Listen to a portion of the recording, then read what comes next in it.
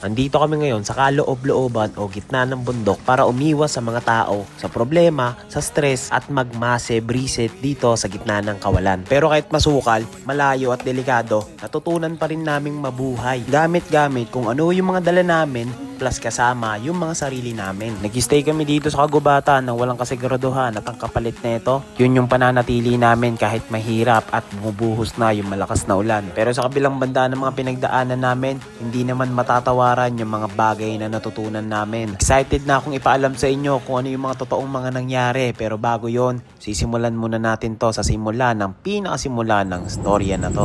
Gagawin natin yan, mag-change tayo, boy.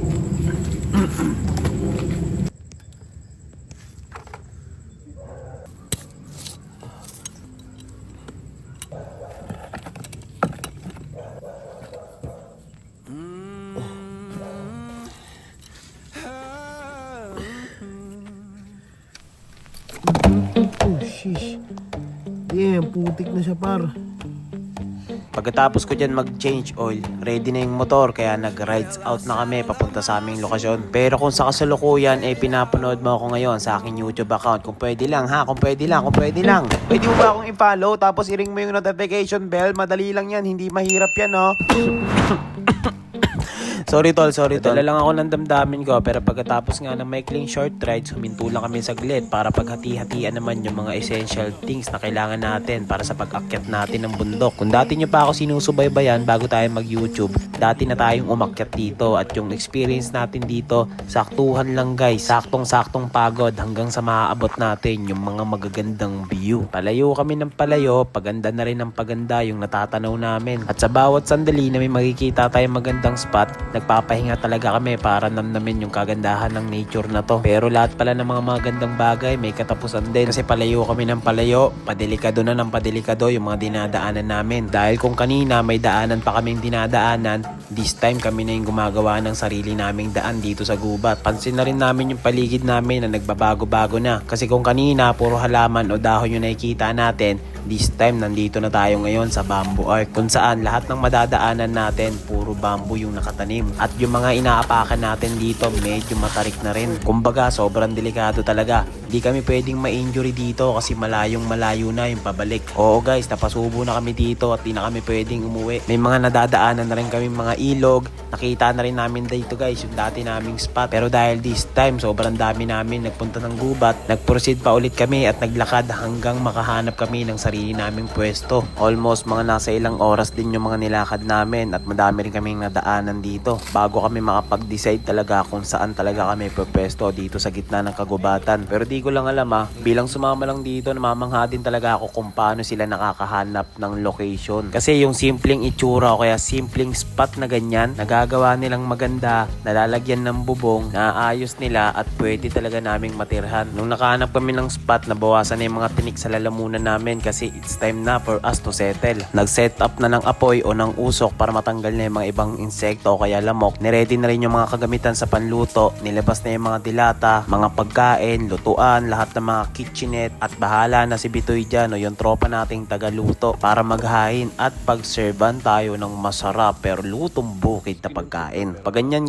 lang yan si tropa tol pero sobrang mabisa yan. Ang dami kayang lutuin yan, kahit saan yan, mabubuhay yan. Pero habang inaayos si tropang Bitoy yung pagkain natin, it's time naman for us para mag-activity. Bali habang nagsiset sila ng cup on ng tirahan at habang nagluluto ng pagkain namin, eto kami guys, ninanamnam yung kagandahan ng nature. Mahabang lakarin din guys bago namin naabot yung mga spot na ganito kung saan may running water at fresh at malinaw na tubig at wala kaming ibang ginawa dyan guys kundi magbasa at namnamin yung malamig na tubig. Eto guys, medyo weird pero magkaiba talaga yung experience kapag ka nandyan ka sa Maynila versus nandito ka sa nature. Di ko kayang ma-express kung ano talaga yung totoong nararamdaman ko pero totoo, feel ko talaga sobrang connected ako sa pinaka-root. Di ko mapaliwanag kung gaano kapayapa, gaano nakaka-relax, kung gaano ka-peace yung mind ko dito. To the point na kahit marami akong iniisip dyan sa Maynila, automatic binablock naman ng aking brain yung mga padating na stress o kaya isipin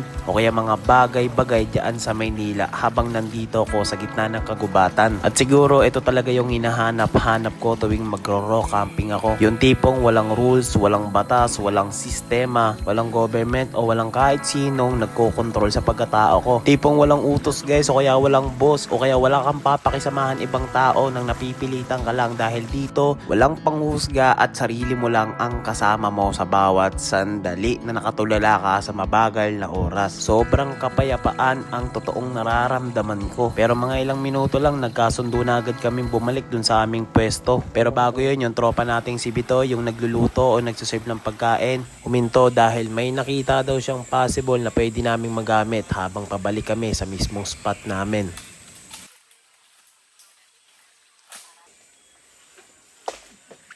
May nakita si tropa. Ano yung nakita mo par na pwede nating ulamin par? Langka. Saan? Ayun pare, kita niyo ba? Ayun. Ano yun? Akitin mo yun tol? Check ko lang. Okay. Sundot-sundot lang pa. Gana pa sila na mas mahabang tools to. Itong bambuman.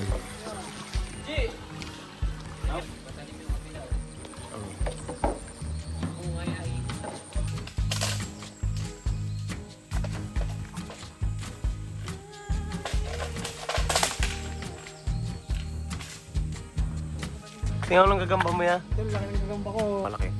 Yun o, damn.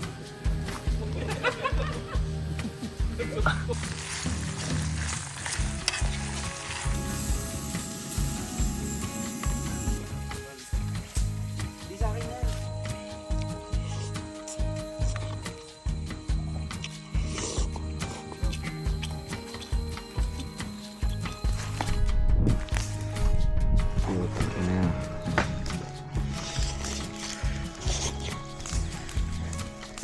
Stop ya. Thank you. Risky ng trip to pero never ka magugutom para. Pagkatapos namin magpahinga galing sa kain, gumawa naman ng bridge si tropa para sa pagitan ng mismong location o tulugan namin at dito naman sa daanan kung saan kami nagset ng bonfire. At bago pa tuluyan lumubog yung araw, nangahoy na agad kami guys panggatong para sa amin bonfire panlaban sa ilamig ng panahon dito sa gitna ng kagubatan. At dahil malapit na rin kami magpahinga, nirepilan na rin namin lahat ng tubig namin gamit tong filter. Dahil bukod sa marunong din sila gumawa ng bukal para kawanan ng fresh water na inumin, minimake sure din nila na kapag time for bed na, hindi ka natatayo at magi-stay ka na sa higaan mo dahil madilim at walang kasiguraduhan pa rin itong lokasyon na inispatan namin.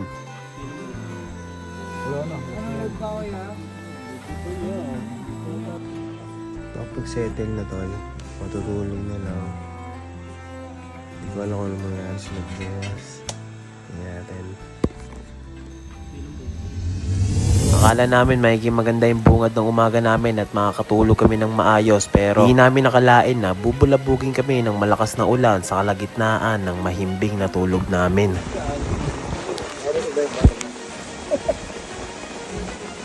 Ang stress na doon. Ulan nun. Habang bumubuhos yung malakas na ulan, wala kaming magawa kundi panoorin yung iilan kasama namin habang nababasa ng malakas na ulan. At dahil yung iilan sa amin wala pa sa wisyo, mas pinilit na lang na i-check yung mga iba naming gamit doon sa baba para makasigurado na lahat ng gamit is secure at walang nawala. Tinabi na rin yung mga bagay na importante para hindi agusin ng tubig at pinagtatakpan naman yung mga kagamitan naming essentials para hindi naman mawala. Okay dudes, kamusta yung pwesto mo? May magandang pwesto. Gago puta, natitrip ka ata tol eh. Medyo tuyo. Nahasil lang yan, nahasil. Bakit? Inabot ng rainforest. Masahan na, umuusan pa oh. 8 lang, dito medyo tumutulog. Hindi tumutulog yan, no? Hindi ah. Dito lang pwesto ko ya. Ako pa rin naman tulog, tol. Alas 7 na tulog, tapos alas 3 na ngayon. Yung mga tao lang, yung mga tropa lang na nabasaman. Pinilik. Ay, gulo na yun. Anong lang ito? Ilalim, pre. Shiny ilalim. Baliktad. Shiny ilalim. Unpredictable, tol. Lumalakas taas yung ulan, tol, habang Naglag ka? nag-aayos kami ng gamit. Naglag ka. So what are you drinking? Fast forward tayo guys, di ko na nirecord yung mga nangyari niyan. Medyo kinapos na ako sa oras at nag-focus na rin kami dyan siguro sa pagliligpit. Kaya yung dating magulo at nadumihang gubat, nilinis namin guys at wala kaming trace na iniwan dito. Siguro yun lang yung siguro mga isa sa nagustuhan ko sa grupo na to. Pero para mas makilala nyo pa yung grupong binubuo natin, tatawagin natin sila guys sa pangalang Nocturnals. Wala muna akong sasabihin ibang detalye sa inyo kung ano yung mga ginagawa namin, pero this time kilalan nyo na yung grupo namin. At kung nasubaybayan nyo yung buong video na to at kung nandito na kayo sa part na to, naway may natutunan kayo sa video na to. Kasi ako hitik na hitik sa kaalaman yung mga experience na natutunan ko dito sa gitna ng kagubatan. Sobrang layo sa noong paniniwala ko at nalalaman ko yung mga bagay na natutunan ko dito. At kung may pagkakataon ka, ikaw mismo na nakikinig sa akin na gumawa ng mga bagay na hindi mo pa nagagawa noon, pues gawin mo na, huwag kang matakot brad. Naniniwala kasi ako tol sa kasabihan na never tayong umiidad gamit yung numero. Umiidad tayo mga kumpare base sa experience natin sa buhay. So kung takot ka at ayaw mong gawin yung mga bagong bagay na pumapasok sa utak mo, yung mga ideyang gusto mong gawin, pues naglalakbay ka dito sa mundo nang wala kang napupuntahan. So para lahat ng mga bagay na yun ay ma-break mo, simple lang yung gagawin mo.